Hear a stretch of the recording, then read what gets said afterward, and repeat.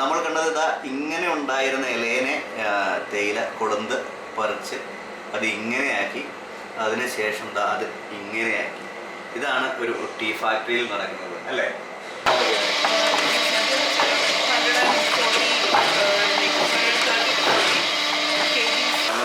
അതിലേറ്റവും ചെറിയ തരികൾ അതിൻ്റെ താഴെ ഇങ്ങോട്ടേക്ക് പോകുന്നു.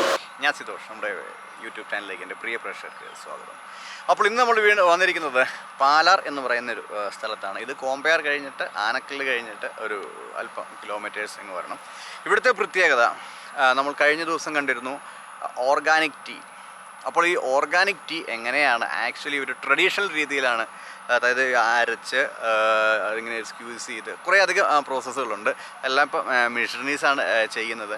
ഇതിൻ്റെ പ്രോസസ്സുകൾ എങ്ങനെയാണ് എന്നാണ്. അതായത് നമ്മളിതാ ഈ ഇല മുതൽ പൊടി വരെ, അതായത് ഈ ഒരു ഇല കാണുന്നത് മുതൽ നമ്മൾ കൊളുന്ത് പിക്ക് ചെയ്യുന്നത് തൊട്ട് അത് പൊടിയാകുന്നത് വരെയുള്ള എല്ലാ പ്രോസസ്സും നമുക്ക് ഒരൊറ്റ വീഡിയോയിൽ കാണാം. അതും വളരെ കുറച്ച് സമയമേ ഉള്ളൂ. ബട്ട് ഞങ്ങൾക്ക് നമ്മളിവിടെ ഒരു ദിവസം സ്പെൻഡ് ചെയ്യേണ്ട വന്നു. ബട്ട് അത് നിങ്ങൾക്കൊരു ഒരു നല്ലൊരു അറിവായിരിക്കും. അതായത് ഒറിജിനൽ ഓർഗാനിക് ടീ എങ്ങനെയാണ് പ്രൊഡ്യൂസ് ചെയ്യുന്നതെന്ന് നമുക്ക് കാണാം, ഇല മുതൽ പൊടി വരെ. നമ്മൾ ഈ ചായപ്പൊടി ഇന്ന് ഉണ്ടാക്കുന്നതാണല്ലോ കാണാൻ പോകുന്നത്. അതിനു മുമ്പായിട്ടൊരു ചോദ്യം, ഇവിടുത്തെ ചായയുടെ പ്രത്യേകത എന്താണ്? ഇവിടുത്തെ ചായയുടെ പല പ്രത്യേകതകളുണ്ട്. അപ്പോൾ അതിനകത്ത് ഒരു കാര്യം എന്ന് വെച്ചാൽ നമ്മൾ ലീഫ് പുറത്തുനിന്ന് വാങ്ങുന്നില്ല. തേയില ഇല പുറത്തുനിന്ന് വാങ്ങിയിട്ടുള്ളതല്ല ഫാക്ടറി. ഈ ഫാക്ടറിക്ക് വേണ്ട തേയില ഞങ്ങളുടെ ടീ ഗാർഡനിൽ നിന്ന് തന്നെയാണ് പറിച്ചെടുക്കുന്നത്. അതും പിന്നെ വേറൊരു പ്രത്യേകത എന്ന് വെച്ചാൽ ഇപ്പോഴും ഞങ്ങൾ മെഷീൻസ് ഒന്നും യൂസ് ചെയ്തിട്ടല്ല അതിനെ ഹാർവെസ്റ്റ് ചെയ്തെടുക്കുന്നത്. കൊളുന്തെടുക്കുന്നത് കൈകൊണ്ട് തന്നെ ആൾക്കാരാണ് എടുക്കുന്നത്. അവിടെ തന്നെ ഗ്രേഡ് ചെയ്യുന്നുണ്ടോ?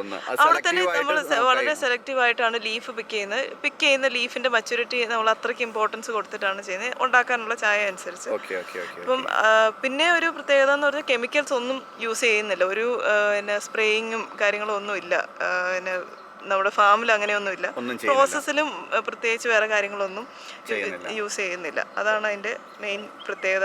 കെമിക്കൽ ഫ്രീ ആയിട്ടുള്ള നല്ല ക്വാളിറ്റി ഉള്ള ചായ എല്ലാവർക്കും കൊടുക്കുക എന്നുള്ളതാണ്. ഓർത്തഡോക്സ് മെത്തേഡ് എന്ന് ഉദ്ദേശിക്കുന്നത്? ഓർത്തഡോക്സ് മെത്തേഡ് എന്ന് പറഞ്ഞാൽ ട്രഡീഷണൽ എന്നാണ് ഓർത്തഡോക്സിന്റെ മീനിങ്. അപ്പം ഏറ്റവും പഴയ രീതിയിൽ നമ്മൾ പണ്ട് ഉരലിട്ടിടിച്ചൊക്കെ ചായ ഉണ്ടാക്കി എന്ന് പറയുന്നതിന് അതിനെ ഒന്ന് മെക്കനൈസ് ചെയ്തിട്ടുണ്ടെന്ന് മാത്രമേ ഉള്ളൂ.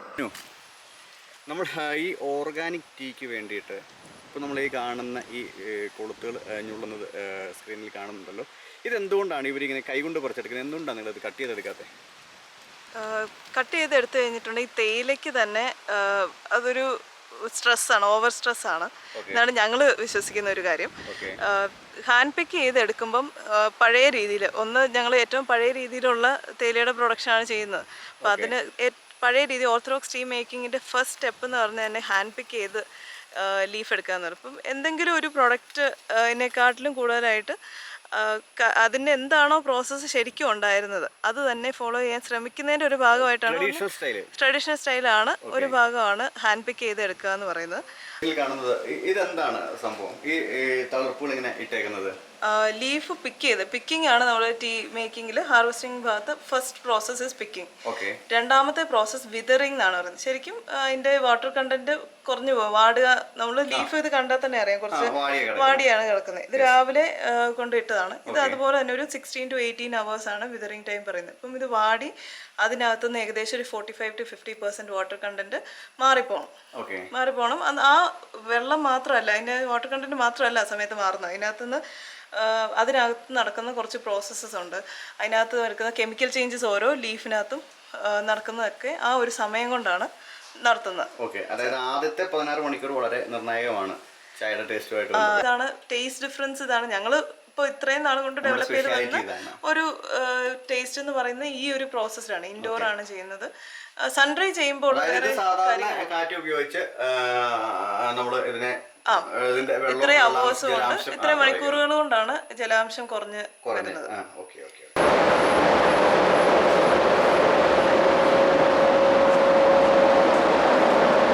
ആണ് ചെയ്യുന്നത്. ഇപ്പൊ ചെയ്യുന്നത് റോളിംഗ്. നമ്മൾ ഈ കാണുന്നത് ഇപ്പോൾ റോളിംഗ് ആണ്. ഇതൊരു അരയ്ക്കുന്നതിന് അസമമാണെന്ന് തോന്നുന്നു, അങ്ങനെയാണോ? അരയ്ക്കുന്നതിനെന്ന് പറയാൻ പറ്റില്ല. ഇപ്പോൾ ഒരു രീതിയിൽ കൈ കൊണ്ട് ഇങ്ങനെ തിരുമുന്ന പോലെയാണ് ശരിക്കും. നമ്മുടെ രണ്ട് തിരി പോലെ കൈകത്ത് വെച്ച് നമ്മൾ ഈ നെയ്യപ്പൊക്കെ ഉണ്ടാക്കുന്ന ഒരു ഷേപ്പ് കൊടുക്കാൻ വേണ്ടിയിട്ട് നടല്ലേ. അപ്പോൾ അതുപോലെ തന്നെ ലീഫ് സാധാരണ എന്ത് ഇലയാണെങ്കിലും എടുത്ത് ഒരു വാടി ഇല എടുത്ത് തിരുമ്മി കഴിഞ്ഞിട്ടുണ്ടെങ്കിൽ അത് മുറിഞ്ഞു പോവല്ല ചെയ്യുന്നത്. അതിനകത്തു നിന്നുള്ള ജ്യൂസസ് ഇറങ്ങി വരും. ഇറങ്ങി വന്ന് ഇല ഏകദേശം അങ്ങനെ തന്നെ ഉണ്ടാവും. ഇലയ്ക്ക് ചെറിയ ചെറിയ പിന്നെ ചെറിയ പോറലുകൾ പോലെ ചെറിയ ബ്രൂസസ് ആയിരിക്കും ഉണ്ടായിരിക്കുന്നത്, ചെറിയ കട്ട്സ് പോലെ ഉണ്ടാവും. പക്ഷെ മുറിഞ്ഞു പോകുന്നില്ലല്ലോ മൊത്തമായിട്ട്. അപ്പം അതേ പ്രോസസ്സാണ് റോൾ ചെയ്യാന്ന് പറയുന്നത്. അപ്പം അങ്ങനെ റോൾ ചെയ്ത് ഇതിനെ ഒരു ചതക്കുകയാണ് ചെയ്യുന്നത്. ശരിക്കും ചതക്കുകയും തിരിക്കുകയും കൂടെ ഒരുമിച്ച് ചെയ്യുന്നത്. അങ്ങനെ ഒരു ചുരുട്ടലും കൂടെ വരും. അങ്ങനെ ഒരു ചുരുട്ടലും കൂടെ വരും. അങ്ങനെ അതാണ് ശരിക്കും റോൾ ചെയ്യുന്നത്. അപ്പം അതിൻ്റെ ഉദ്ദേശം എന്ന് പറഞ്ഞാൽ ടീക്കകത്തുള്ള ഇപ്പോൾ ഈ വിതർ ചെയ്ത സമയത്തുണ്ടായ ചെറിയ ചെറിയ കെമിക്കൽ ചേഞ്ചസ് ഉണ്ടാവും. ടീയിലുള്ള കുറേ പിന്നെ എലമെൻറ്റ്സ് ഉണ്ട്. നമുക്ക് ടീക്കകത്തുള്ള കുറേ കാര്യങ്ങളുണ്ടല്ലോ. അതിൻ്റെ ഇപ്പോൾ ടീയുടെ ഒരു ജ്യൂസ് എടുത്തു കഴിഞ്ഞാൽ അതിനകത്ത് എന്തൊക്കെ ഉണ്ട്. അപ്പം അങ്ങനത്തെ കാര്യങ്ങൾക്കൊക്കെ വിതർ ചെയ്തപ്പോൾ കുറേ കെമിക്കൽ ചേഞ്ചസ് വന്നിട്ടുണ്ട്. അല്ല, നമ്മൾ ആദ്യം വിതർ ചെയ്യുമ്പോൾ എന്ന് വെച്ചാൽ വാടാനിട്ട് കഴിഞ്ഞപ്പോൾ തന്നെ അങ്ങനെ കുറേ ചേഞ്ചസ് വന്നിട്ടുണ്ട്. അപ്പോൾ രണ്ടാമത് പിന്നെ നമ്മൾ റോൾ ചെയ്യുമ്പം ഈ ജ്യൂസസിനെ നമ്മൾ പുറത്ത് ചാടിക്കുകയാണ് ചെയ്യുന്നത്. ഇത്രയും നേരം ലീഫിൻ്റെ അകത്തുണ്ടായിരുന്ന ജ്യൂസസിനെ പുറത്ത് ചാടിച്ച് ആ ലീഫിനെ കോട്ട് ചെയ്യുകയാണ് ചെയ്യുന്നത്. അതിൻ്റെ ലീഫ് എന്ന് പറഞ്ഞാൽ ആ ഭാഗം ഉണ്ടല്ലോ, മീൻസ് ആ മെറ്റീരിയൽ ഭാഗത്തോട്ട് സോളിഡ് ഭാഗത്തോട്ട് ഇതിനെ പിടിച്ച് ചേർക്കുക എന്നുള്ളതാണ്. അപ്പോൾ ആ സെയിം ജ്യൂസസ് ആ ലീഫിനെ കോട്ട് ചെയ്തിരിക്കും. അതായത് നമ്മുടെ ഇലയുടെ അകത്തുള്ള ആ ജ്യൂസസ് നമ്മൾ ചതച്ച് പുറത്തെടുത്തിട്ട് വീണ്ടും ഇലയിലേക്ക് തന്നെ തേച്ച് വെക്കും. അങ്ങനെ തന്നെയാണ് ശരിക്കും. അങ്ങനെ ആലോചിച്ച് കഴിഞ്ഞാൽ അത് തന്നെയാണ്. അപ്പോൾ അത് പെട്ടെന്ന് പിഴിഞ്ഞെടുത്ത് കഴിഞ്ഞാൽ ചാടിപ്പോരും. ഇത് അതുകൊണ്ടാണ് കുറെ സമയം എടുത്ത് റോൾ ചെയ്യുന്നത്. സാധാരണ 1 മണിക്കൂറാണ്. പക്ഷെ അങ്ങനെയല്ല, നമ്മൾ ഓരോ ലീഫിന്റെ വലിപ്പം അനുസരിച്ചും ക്വാളിറ്റി അനുസരിച്ചും ഓരോ ദിവസം ചെറിയ ചെറിയ ചേഞ്ചസ് എന്താണെങ്കിലും ഉണ്ടാവും. അപ്പോൾ ആ ഇതനുസരിച്ചാണ് നമ്മൾ ഇതിന് എത്ര നേരം വേണമെന്നത്. ഒരു ശരിക്കും നമ്മൾ കുക്ക് ചെയ്യുമ്പോൾ അങ്ങനെയല്ലേ, അതിന്റെ ഒരു വലിപ്പം അനുസരിച്ചൊക്കെ വരാം, മുമ്പോട്ടും പുറകോട്ടും വരാം. ഇത് നമ്മൾ ശരിക്കും കുക്ക് ചെയ്യുന്ന പോലെ തന്നെ നമുക്കൊരു പാകം നോക്കിയിട്ടാണല്ലോ. പ്രഷർ കൊടുക്കുകയാണ് ചെയ്യുന്നത്. ഇത് സാധാരണ വെറുതെ ലൂസ് അത് ശരിക്കും വെള്ളം അതിനകത്ത് വലിഞ്ഞു പോകും. ഇതുപോലെ തന്നെ ചെറുതായിട്ടൊന്ന് സ്ക്വീസ് ചെയ്യുകയും പിന്നെ അത് റിലീസ് ചെയ്യുകയും ചെയ്യണം. അപ്പോൾ ആ ഒരു അപ്പോൾ ഇറങ്ങുന്ന ജ്യൂസ് റിലീസ് ചെയ്യുമ്പോൾ ശരിക്കും സംഭവിക്കുന്ന എയറുമായിട്ട് അത് റിയാക്ട് ചെയ്ത് ഒരു ഓക്സിഡേഷൻ ആണ് നടക്കുന്നത്. ഓക്സിജനായിട്ടുള്ള റിയാക്ഷൻ. അതെ അതെ, ഒരു എയറി ആയിട്ടുള്ള റൂം ആയിരിക്കണം റോൾ ചെയ്യുന്നതെന്നാണ്.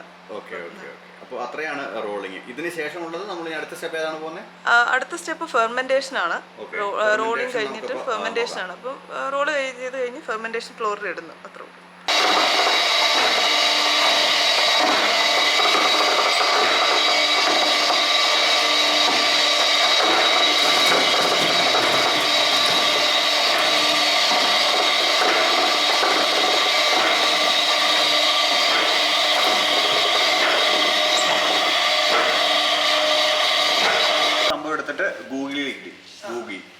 ഗൂഗിയിലേക്ക് ഇടും. അതിനുശേഷമാണ് അടുത്ത പ്രോസസ്സ് സ്റ്റാർട്ട് ചെയ്യുന്നത്.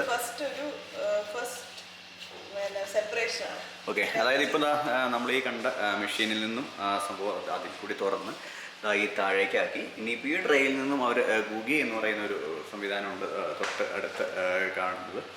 ഇതാണ്, ഇതിലേക്കിടും. ഇതിലൊരു ചെറിയൊരു സെപ്പറേഷൻ പ്രോസസ്സാണ് അല്ലേ ചേച്ചി നടക്കുന്നത്? സെപ്പറേഷൻ പ്രോസസ്സാണ്. ശരിക്കും ഒരു അരിക്കുന്നൊരു സംവിധാനം അല്ലേ? ഒന്ന് വെതറി കാറ്റ് വിളിച്ചെടുക്കുന്നു. അത് നമുക്ക് എങ്ങനെയാണെന്ന് നോക്കാം. ഈ അരച്ചെടുത്ത തേയില അല്ലേ, റോൾ ചെയ്ത് എടുത്ത ലീഫ് ഇതാണ്. പല സൈസിലുള്ളതുണ്ട്. ഓക്കെ, ഇത് പല സൈസിൽ വരും. ഇത് നമുക്ക് ഇതല്ലായിരുന്നു ഇന്നലെ നമ്മൾ ബ്ലാക്ക് ടീക്കൊക്കെ നമ്മൾ ബ്ലാക്ക് ടീ ആണ് ചെയ്യുന്നത്. ബ്ലാക്ക് ടീക്ക് ഉള്ള ഇത് അങ്ങനെ കുറച്ചും കൂടെ ഡ്രൈ ആയിട്ട് എടുക്കുന്ന ഒരു ഇത് തന്നെയാണ്. പിന്നെ അത് ഗ്രേഡ് ചെയ്യുമ്പോഴത്തേക്കും ബ്ലാക്ക് ടീ ആയി അല്ലേ? ഫെർമെന്റ് ചെയ്യുമ്പോൾ കളർ മാറും. ഇതിന് ചെറിയൊരു കളർ ചേഞ്ച് ഇപ്പോൾ വന്നിട്ടുള്ളൂ. ഇനിയിപ്പം കുറച്ചും കൂടെ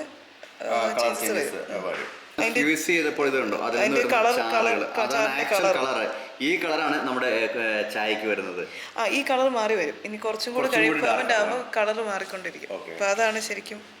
ഇത് കഴിഞ്ഞിട്ട് കൈ ഇങ്ങനെ ഒട്ടിച്ച് വെച്ച് നമ്മൾ ഇങ്ങനെ പശയൊക്കെ തേച്ചിട്ട് ഇത്തിരി കുറച്ച് കഴിയുമ്പോഴത്തേന് ഇങ്ങനെ പശ തേച്ച് ഒരു സ്റ്റിക്കി ഇഫക്റ്റ് വന്നു. അത് അതിൻ്റെ അങ്ങനെയാണ് വരേണ്ടത്. അതൊക്കെ നമ്മൾ അവിടെ നിന്ന് അരച്ചെടുത്ത് ഇവിടെ ട്രെയിൽ കൊണ്ടുവരുന്നു, അത് ഇവിടെ ഇടുന്നു. അതിനുശേഷം അവിടെ അതിങ്ങനെ കിടന്ന് കറങ്ങുന്നു.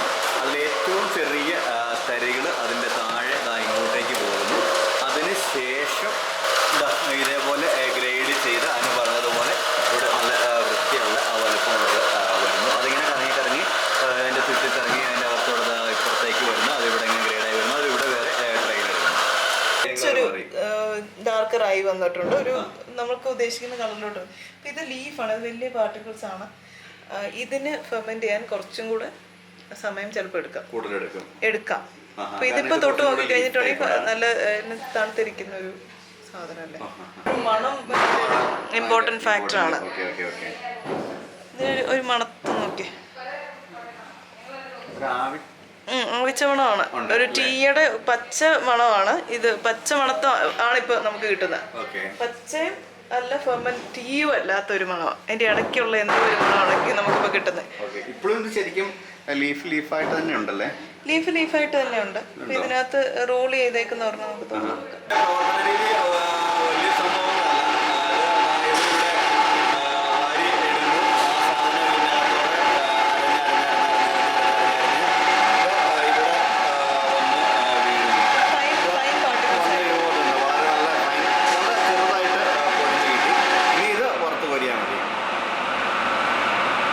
മുകളിൽ ഇപ്പോൾ ഡ്രയറിലേക്കാണ് ഇത് ഇടുന്നത്. ഡ്രയർ വലിയ സംഭവമൊന്നുമില്ല.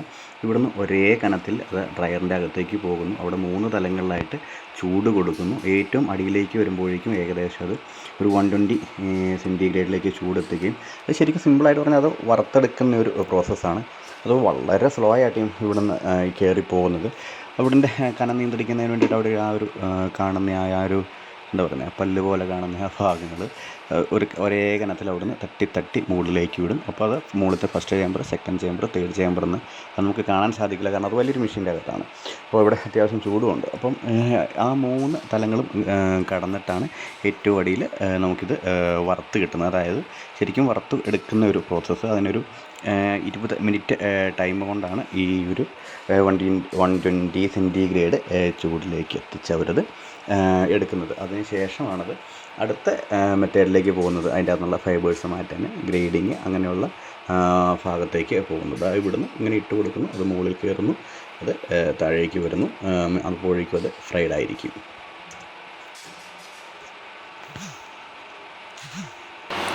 ഇതാ ഡ്രയറിൻ്റെ മുകളിൽ നിന്നുള്ളൊരു വ്യൂ ആണ്. ഇതാണ് നമ്മൾ ആ താഴെ കണ്ട ഈ ചായ പൊടിയുടെ ആ ഭാഗങ്ങൾ കയറി വരുന്ന ഭാഗം. അതിനുശേഷം അത് മുകളിലേക്ക് എന്നിട്ട് അത് മുകളിലേക്ക് പതുക്കെ ഡ്രയറിൻ്റെ അകത്തേക്ക് പ്രവേശിക്കുന്നു. ഇവിടം തൊട്ട് അതോട്ടൊരു ചൂടായിട്ട് ആണ് പോകുന്നത്. പിന്നെ ഡ്രയറിൻ്റെ അകത്തേക്ക് പോകുന്നത്. നമുക്ക് അവസാന ഭാഗത്ത് നോക്കാം അതെങ്ങനെയാണ് എടുക്കുന്നത്.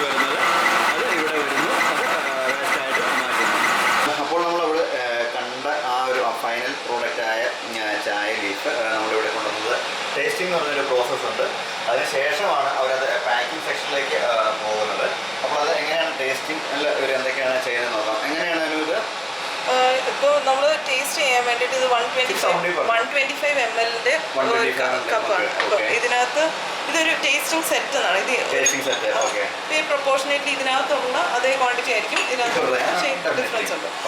ഇതിനകത്ത് നമ്മൾ ആദ്യം ഒരു ടേസ്റ്റിംഗ് സ്റ്റാൻഡേർഡ്സ് വെച്ചിട്ട് നമ്മളൊരു 2.5 to 3 grams ആണ് ഇടുന്നത്. ഇപ്പൊ ഞാൻ കറക്റ്റ് ആയിട്ട് അളക്കുന്നില്ല, നമുക്ക് അറിയാൻ വേണ്ടിയിട്ടാണല്ലോ.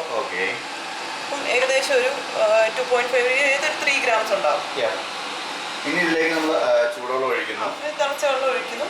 ടൈം നോക്കുന്നു. എത്ര മിനിറ്റ് ആണ് നമ്മൾ? ഞങ്ങൾ 5 minutes ആണ് നോക്കുന്നത്. 5 minutes ആകുമ്പോൾ എല്ലാം ഇറങ്ങും എന്നുള്ളതാണ്. 3 to 5 minutes ആണ് ടീയുടെ വലിപ്പമൊക്കെ അനുസരിച്ച് ചെയ്യാവുന്നത്. അതിനുശേഷം നമ്മൾ തന്നെ ടെസ്റ്റ് ചെയ്ത് നമ്മൾ തന്നെ ബോധ്യപ്പെട്ട് നമ്മൾ തന്നെ ടേസ്റ്റിങ്ങിന് കുറെ പ്രോസസ്സസ് ഉണ്ട്. അപ്പൊ ഞങ്ങൾ ആ ഒരു സ്റ്റേജ് എത്തിയിട്ടില്ല. ഞാൻ ഒരു സ്റ്റേജ് സാമ്പിൾ അയച്ചു കൊടുക്കും അല്ലേ? ചൂടുവെള്ളം ഒഴിക്കുന്നു ആസ് യൂഷ്വൽ.